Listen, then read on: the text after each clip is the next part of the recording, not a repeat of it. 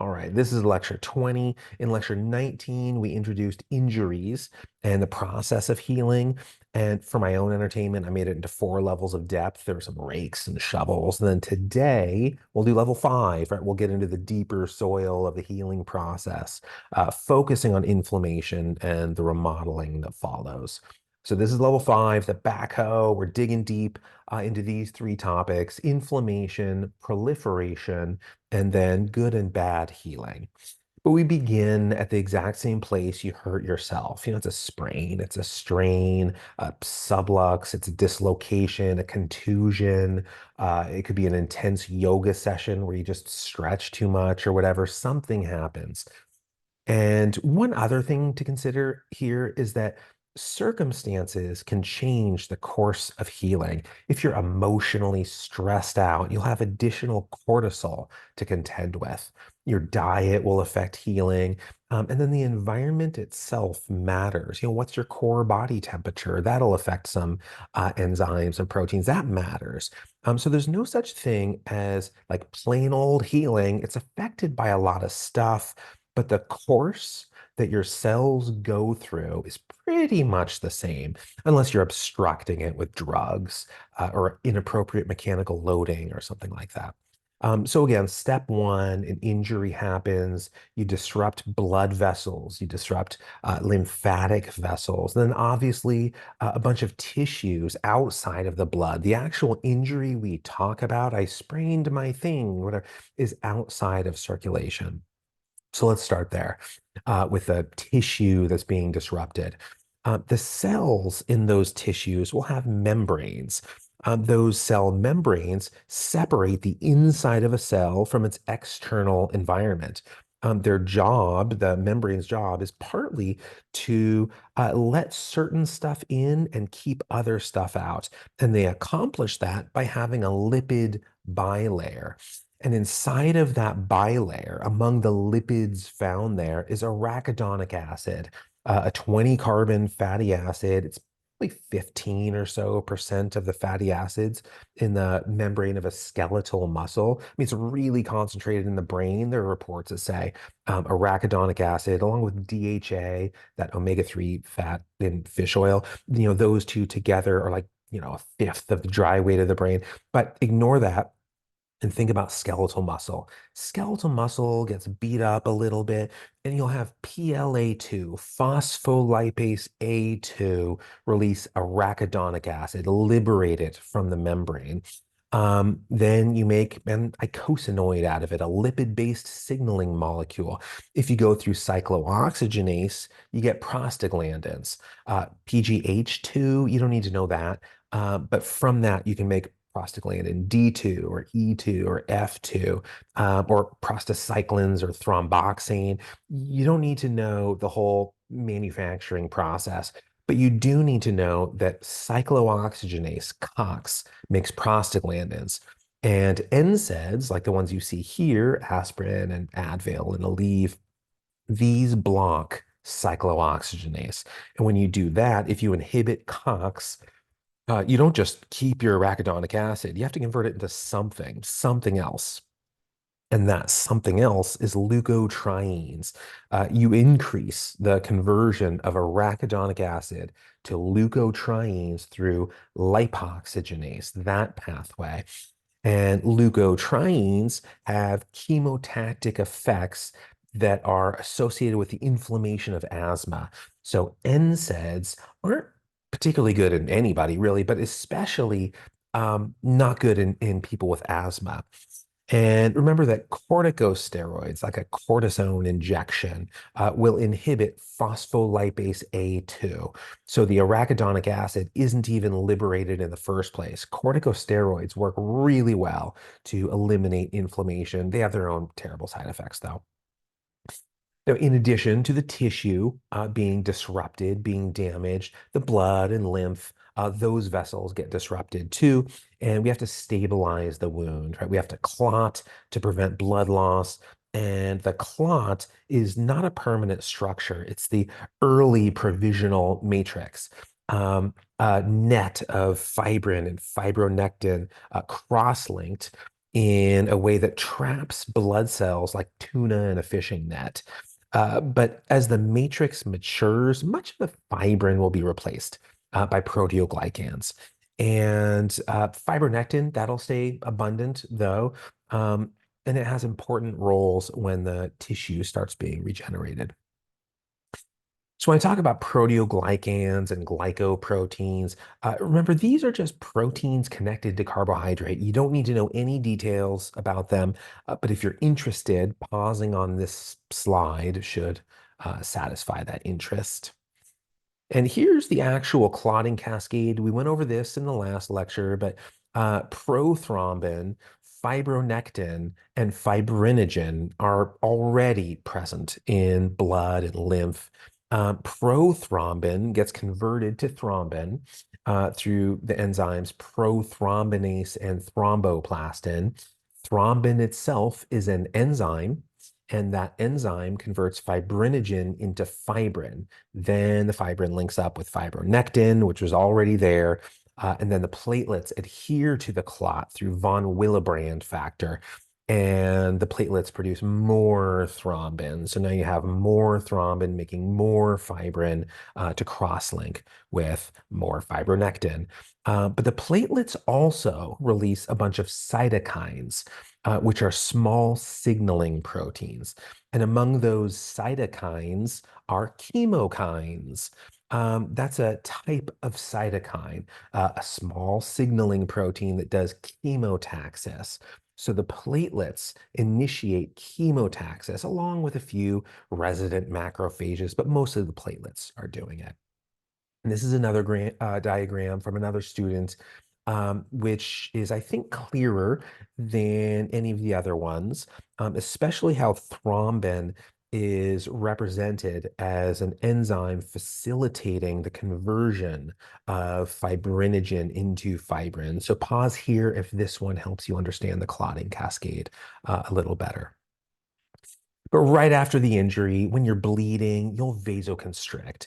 And then as soon as the wound is all stabilized, you've clotted and everything's stabilized, you'll vasodilate. And then the vasculature will become more porous, more leaky. It becomes permeable, so that some cells and proteins can get out of the blood and into the surrounding tissues. Because remember, the tissues are injured, and those tissues don't live inside of the blood vessels. They're outside of the vasculature. Your skeletal muscle doesn't live inside of your, arteries. So stuff has to get outside of the vessels to clean and remodel the damaged tissue. So that's why you have to make the vasculature porous. So the immune system is granted access to the site of the injury. And lots of stuff will contribute to the permeability. Prostaglandins will do it, a particular kind, E2, but not D2. You don't need to know that level of detail. Nitric oxide contributes, kinins contribute, mostly just bradykinin and calodin, which is bradykinin with a lysine connected to it. Platelet activating factor contributes whenever there's like an injury, some sort of stimulus. Platelet activating factor gets produced by lots of stuff. Endothelial cells, neutrophils, macrophages, and platelets are producing this, and it causes the aggregation of platelets and their degranulation. Let's secrete stuff. Um, it causes leukocyte chemotaxis, but it also increases vascular permeability. Serotonin contributes. Most of your serotonin is in your GI tract, but platelets release it too, and it does have vascular effects. And then the last one I'll mention is complement proteins. Complement proteins complement your phagocytic cells, as in work together, not like they praise it, but they work together. They make it easier for your phagocytic cells to dine on stuff, which helps them clear pathogens.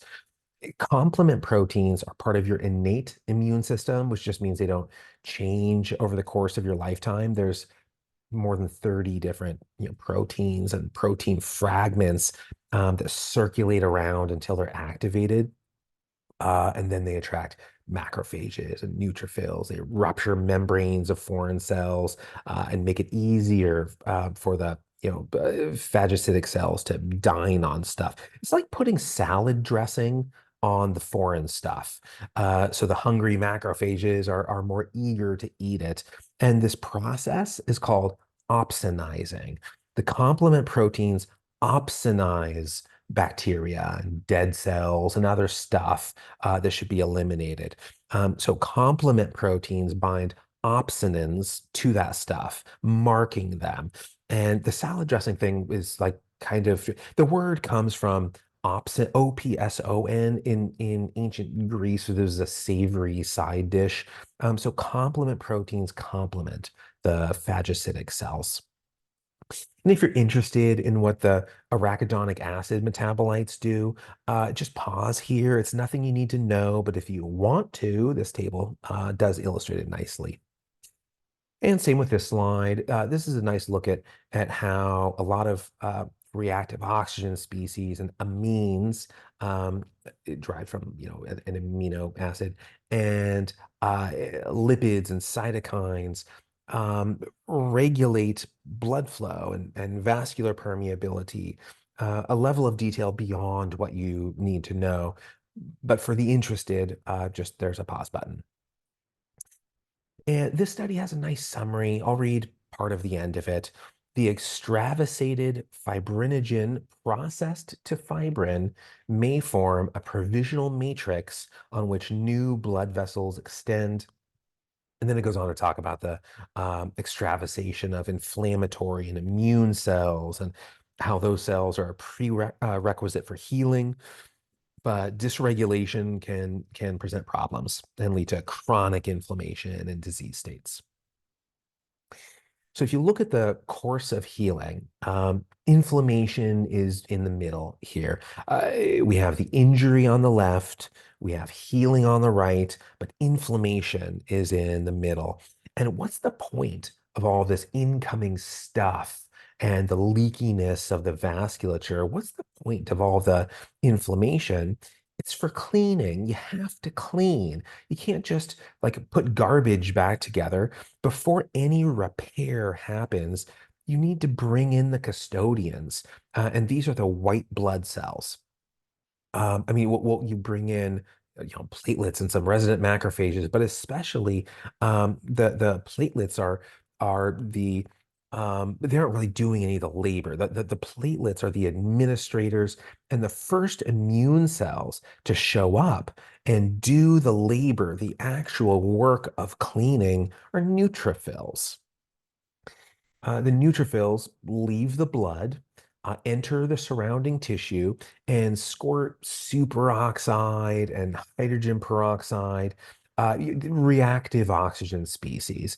Superoxide is O2 with an unpaired electron. Hydrogen peroxide, the brown bottle stuff, is H2O2 with an unpaired electron. Um, and then, so the neutrophils are squirting that stuff, but they also release proteases to degrade the proteins in the area. They're nice employees, these neutrophils. They get to work quickly and reliably, and they only live for a couple of days. They just come in, squirt a bunch of reactive oxygen species and proteases all over to clean everything, and then they die, and that's it. They squirt their agents, disinfect some stuff, break down some stuff, and then they die, and they leave their bodies, amid the garbage. And that's what pus is. If you have a zit filled with like white pudding, that's like a little skin balloon of dead neutrophils. Some of them are still alive, and there's some other stuff in there too. But for the most part, if you pop a zit, what appears on the mirror is a neutrophil graveyard. And nobody is immune to pus. We all get pus. If you're going to live, that happens. Neutrophils are critical to your survival, and that's just what gets left behind. Just like humans leave feces behind, because living is gross. Whether you're a neutrophil, you're a person, living is a gross thing, and gross stuff gets left behind. But neutrophils are also, again, critical to survival. They're not just gross things. Um, so again, they enter the site of damage or infection or whatever, release just havoc on it, and then they die and lay their bodies down on the battlefield. Uh, and sometimes neutrophils can function in a bit more targeted ways, but there's usually a bunch of collateral damage. Maybe it takes half an hour for neutrophils to get into the extravascular tissue, and if they don't immediately go head to head with some like bacteria, they just like go Rambo on the extracellular space and then they die. And then macrophages come in and eat everything, including the dead neutrophils. So if you leave the zit there, just wait for your macrophages to deal with it. So macrophages are the big eaters, right? Phage, this is a digestive term. So I'm talking about phagocytic cells. That's a digestive type of cell. So the neutrophils show up first as the first ones to do the labor of all of this. And they squirt poison everywhere and kill stuff. And then the macrophages come in and eat up the garbage. It's good teamwork, right, between the two of them. So how long should this take? How long should it take to get all the cleaning done? It depends, is it a little mess? Probably won't take very long. If it's a bigger mess, it's going to take longer. I mean, if you get a paper cut, as opposed to tear your hamstring until it's like black and blue, those messes will take different amounts of time to clean. But no matter how long it takes, the process is sequential. There will be some overlap, a little bit of overlap, but for the most part, macrophages follow the neutrophils. The neutrophils go in first, then the macrophages. And depending on the type of injury, the behavior of these cells can change a little bit. But the macrophages do more than just bag up the garbage and haul it out. They're regulators of the inflammatory process and the regeneration process. And they contribute to the initiation and regulation of repair of all of the remodeling.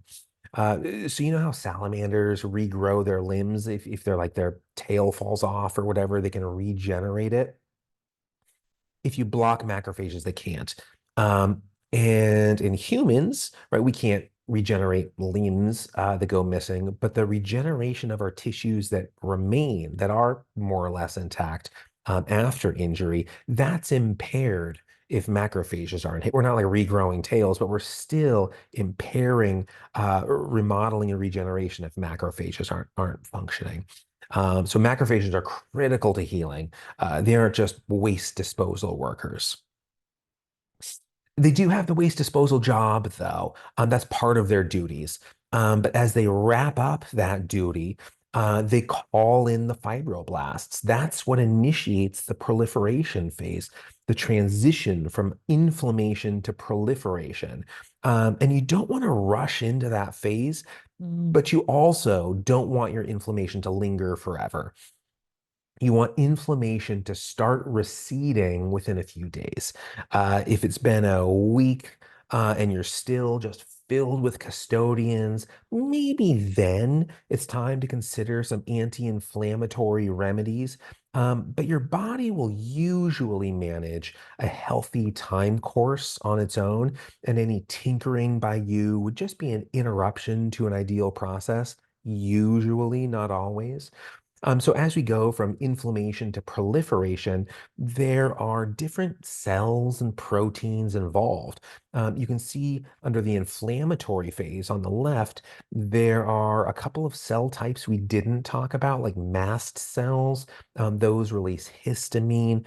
So if you take an antihistamine like Benadryl, you're blocking that. And then there are lymphocytes. These are white blood cells, the main type in your lymph. And there are a few kinds, natural killer cells, B cells, T cells. T means thymus. That's where they mature. They begin in bone, but they mature in the thymus. And then the B cells remain in the bone marrow. And that's where they mature. They mature in bone marrow. But B isn't for bone. That's not what it stands for. It's for bursa of Fabricius, which is where they mature in birds. You don't need to know that.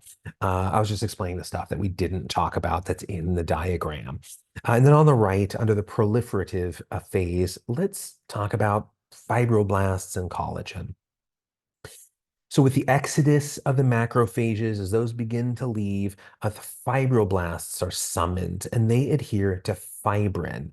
The fibroblasts adhere to fibrin in the presence of fibronectin, and then they start um, remodeling. They begin to remodel the extracellular matrix, synthesizing collagen and fibronectin. So think of fibroblasts as your woodworkers or your bricklayers, right? They're the most common cells in your connective tissue, and they're just laying down a bunch of collagen and extracellular matrix. So the inflammation was tearing everything down. The fibroblasts are building it back up. So when you see blast, osteoblast, fibroblast, myoblast, it's a thing that makes collagen. So is it making collagen in a bone? An osteoblast. Is it making collagen in a muscle? A myoblast. It's just that it's this thing that lays down collagen. And fibroblasts are progenitor cells, are not quite stem cells. A stem cell can basically differentiate into anything.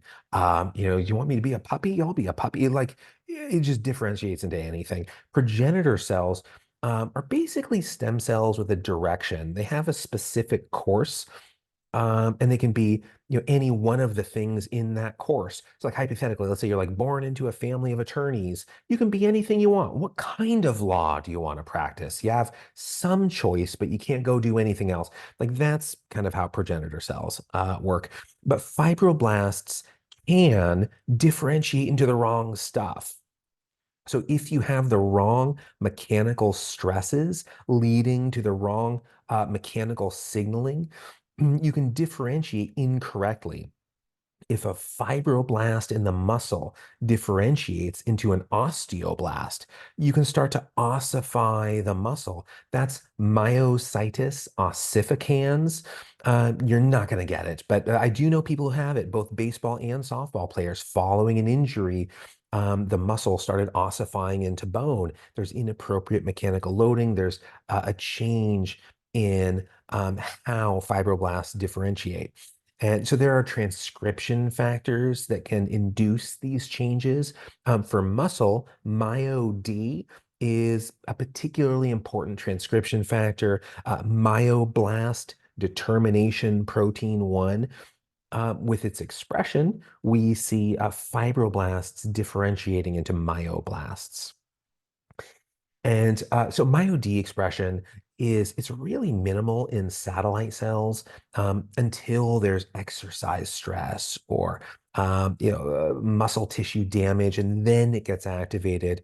But if after injury you just sit there, you just sit around doing nothing, you're the lady in the wheelchair and that's your life now. You're not really, stimulating your fibroblasts in the muscle. I mean, if you spend your post-injury life just toggling between supine and prone postures, healing will be limited. You need mechanical loading. It just needs to be appropriate mechanical loading. It'll take the fibroblasts a few days um, and before they're really getting in there, before they arrive. And again, they attach to fibrin and they start secreting collagen, which is the most abundant protein in your body. Collagen is. I mean, your bones and muscles, your ligaments and tendons and teeth and lips, like whatever it is, a quarter of your protein. Collagen is the most abundant protein you have. But the first collagen to be deposited is collagen 3, which looks all wavy and pasta-like. Later, you deposit collagen 1. You gradually break down the collagen 3 and replace it with these beams of collagen 1 that have far better structural integrity. You don't want spaghetti and cobwebs. You want real support beams if you want functional tissue. Now, if you don't get rid of your collagen 3 and you don't line up your collagen 1 properly, that's what scar tissue is when people are talking about scar tissue. That's overexpression of collagen. So, like keloid scars would be an excess of collagen, stretch marks would be not enough collagen. So, when we start seeing how scar tissue develops, this is just a collagen phenomenon. Now, this is the sequence. right, for healing. And the sequence is important. Like, they're like remodel a home shows where they take someone's house and make it into something else in a few days, like just totally remodel it. They do it in a very, I mean, just precisely sequential order in a sequence. I mean, they're knocking out walls and removing the waste and everything before they start building the new stuff. You're not going to start building new drywall while you're sledgehammering out the old drywall. Otherwise, you're destroying the new stuff while you build it. So you have to remodel in order. So the first thing you see is like abundance of platelets here. They're directing, right? They're not cleaning or building. They're just the architects overseeing the project. And so they do a lot of the summoning, the recruitment, and the first cell to be recruited, the neutrophils. So they show up with their bleach and sledgehammers, and then they die, and then the macrophages come and haul out all the trash. Then the fibroblasts come and deposit collagen 3 and then collagen 1. And over time, you finally build up some structural integrity in your tissue. So the overall time frame looks something like this. You vasoconstrict and clot, then you vasodilate, and you get the inflammation in there, and then get it out, get the inflammation out. The key to fast quality healing is a robust but brief inflammatory reaction. Clean the house quickly, then get the cleaners out and get the builders in. The total time frame depends on the extent of injury, but in general, you want to get inflammation. You want it to start receding within about 72 hours. And then you start remodeling. There'll be a little bit of overlap, but really you want that inflammation going away, receding within about 72 hours. And then you start depositing all the collagen. And the key to good healing there is to have your cells replace the native tissue, right? To not just fill it up with garbage. And so you're going to need some mechanical loading for that. So think of an injury like a kitchen fire. So let's say I'm cooking in my kitchen or at the stove, and like I get carried away and I have this pan of corn oil I forget about, and it gets out of hand. The cabinets catch fire, it's spreading. I run out of the house and into the street. I call the fire department. They show up. Okay, they put it out, and now my kitchen looks like this. So the damage is contained, right? Now that you've put the fire out, now that the damage is done being, expanded, what do you do next? That's basically like an injury in the body after you've clotted and stabilized the wound. What comes next? Cleaning. In both cases, it's cleaning. You have to clean all this up. So you'd better get the custodial crew in there. You can't just say like, oh, no, that looks fine. We'll just paint it. It'll be okay. Because the next time you go to use the kitchen, it won't work. The appliances won't work. Let's say you just repaint the cabinets. I mean, the next time you try to get cereal out of them or whatever, I mean, the door crumbles and falls off. And I mean, because it's just garbage material underneath the paint. Some parts of the kitchen are probably okay, like down at the bottom. Um, that looks just like it's smoke stained or something. You could probably paint over that part. But you know what? Just rip it all out. That's better. We'll get you some new functional kitchen stuff. We'll make it nicer than it was before. We'll make it fire resistant. So just come in with your wrecking ball, bash out all the existing stuff. I mean, tear it down to its support beams, to the framing. I mean, just get every cabinet out of there, no matter how functional or beat up it is or isn't. Just clear it all out. Let's start over. That's how you fix a kitchen. Um, so, if it looks like this now, a kitchen, right after the fire, it looks like this. 72 hours later, it's going to look a lot worse. I mean, there's going to be like nothing there, except for the frame. And the same thing is true for a muscle injury. I mean, right after the injury, once you've stabilized it, it doesn't look that bad. But 72 hours later, it's way more beat up. I mean, the neutrophils went in there and just wasted everything.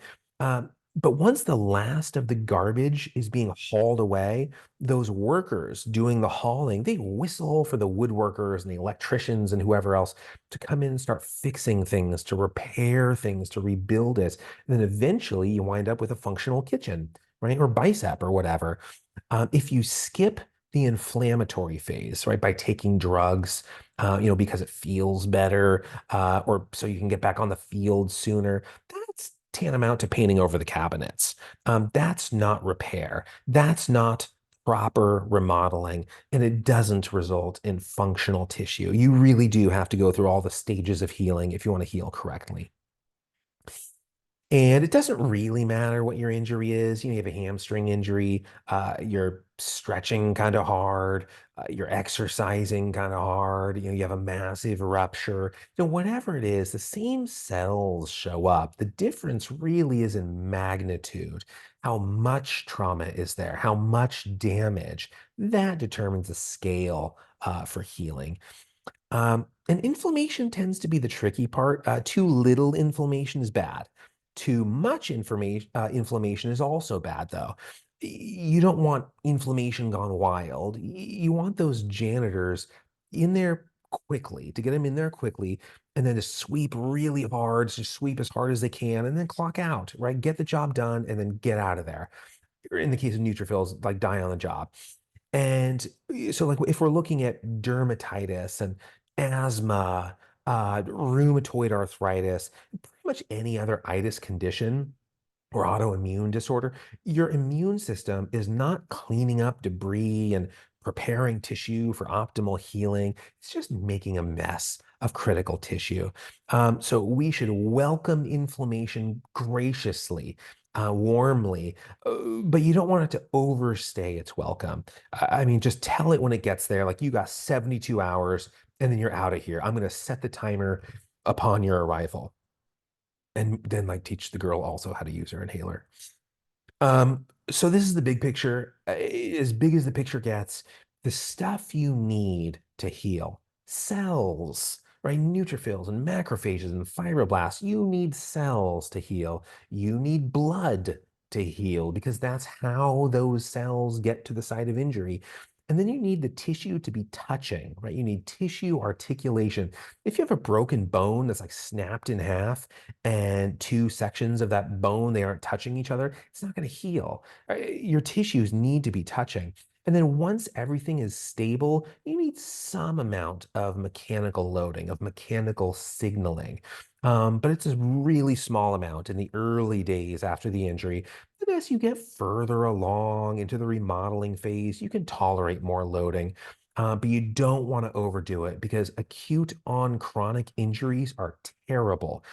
This is what sets you up for permanent pain and injury, dysregulation of inflammation, substance P, CGRP, PKA signaling, stuff like this. I mean, a year goes by and the tissues still haven't regenerated to their pre-injury status and the pain still hasn't left. So that's it. That's healing. You have an injury, you bleed, vasoconstrict, clot, plug up that wound. The platelets release a bunch of stuff. You vasodilate and get leaky. Immune cells show up. Neutrophils do the initial cleaning. Then macrophages clean. Then the fibroblasts come in and lay down new tissue.